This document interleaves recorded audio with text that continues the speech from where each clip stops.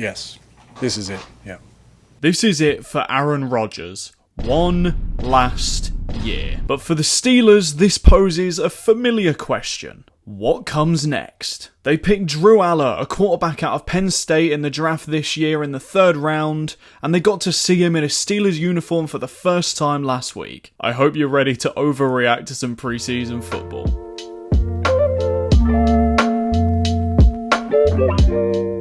Let's start with his first pass attempt of the game.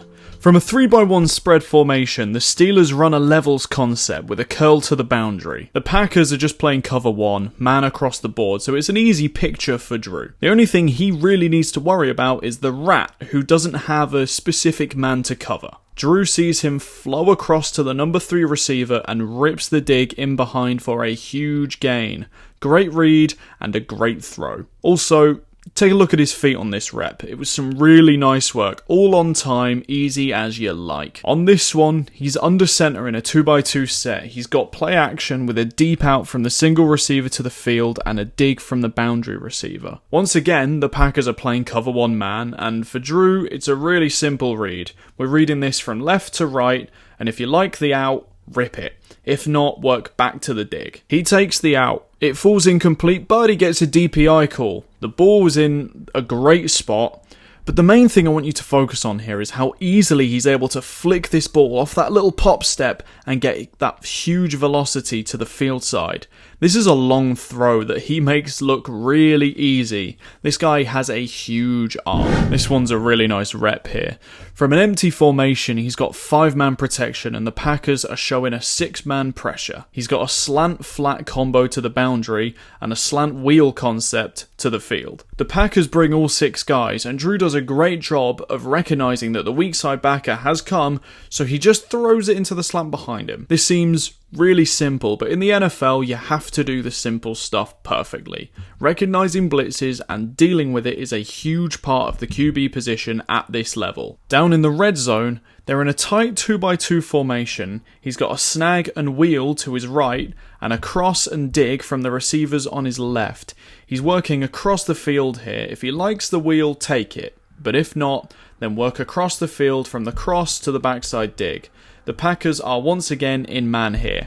It's literally all they ran the entire game. Drew has to navigate through a slightly messy pocket here, but he's able to get out and work it to the backside dig. It's a great throw, just better coverage. I'd like the receiver to run a better route maybe, but yes, it's an incomplete pass, but it's working through the mess and then making a good decision and a good throw that shows his ability to play football at this high level. He had some really nice moments in this game, showed great arm talent and ability to navigate through challenges mentally and physically.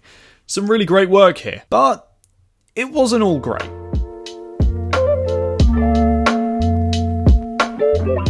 We're on the goal line here and he's under center in a tight 2x2 formation. Pittsburgh has a play action Y-cross concept called. Usual goal line play in the NFL, pretty standard stuff. The Packers are in a slightly odd look here, but once again they are just in man. Drew takes the snap and the flat from 37 comes open as he turns. He throws it too far out in front and causes an incompletion that should really be a touchdown. This only happens because he's too slow out of the play action and has to throw from a slightly more awkward platform. If he's quicker at the play fake, he's able to be far more controlled when making that throw and it'll improve his accuracy. It's a small detail, but it makes a huge difference. If you watch Matt Stafford, he's brilliant at this sort of thing.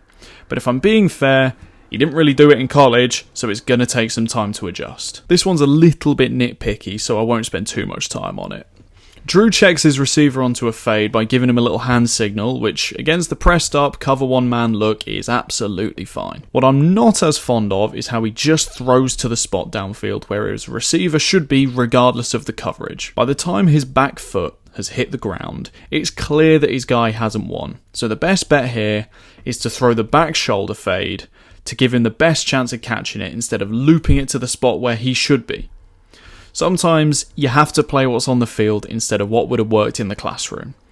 This quality should come with experience, but it's a missed opportunity to have an explosive play. They're in a spread 2x2 set here with a slant flat concept on both sides. It's an easy read. Pick a side of the formation you want to work and read the overhang defender. Whatever he chooses not to cover, you throw. The Packers are in a cover 6 look, which is ideal for this play as there are only 3 linebackers occupying the middle. So the overhang read is really easy. Drew initially looks to the field side but moves off it quickly and starts to scramble, eventually throwing it to 81 on the sideline just for a couple yards. If he's more patient here, this is an easy completion and a first down, but he didn't wait it out and he settled for a lot less. I understand he may have been worried about the safety breaking on it, but I don't think he'd have broken that up or picked it off as he was just a bit too deep to make that kind of play. Funnily enough, the rookie made a rookie mistake. On this next one, they're in a 3x1 formation with a seam and double slant to the trip side, the lone receiver to the boundary, also on a slant. It's an easy read against cover 2. Once again, similar sort of thing. To the trips, you read the overhang defender and throw what he hasn't covered. If he takes the slot, work to the outside slant. If he expands to the outside, work it to the slot. The overhang does a good job being patient on this rep. Drew tries to force the ball to the outside slant as he bites on the slight movement from the defender. It gets broken up and I'd say he's lucky it wasn't picked off. Once again, he needs to be just a bit more patient reading this out because sometimes these things take a little bit longer to develop. The overhang sat and the slot receiver was open for a nice gain. He's new to the NFL, it's understandable, the game should slow down as he plays a little bit more football.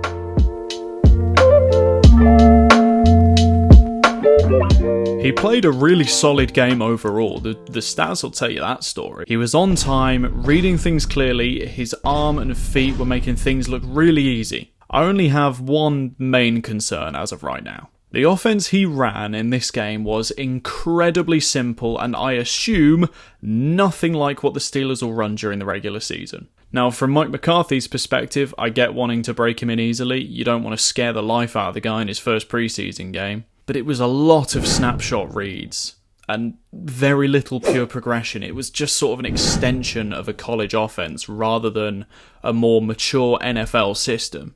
But he's learning and that's what matters. A year behind Aaron Rodgers will be really good for his development, and in a year's time, who knows, he might be the Steelers' QB1.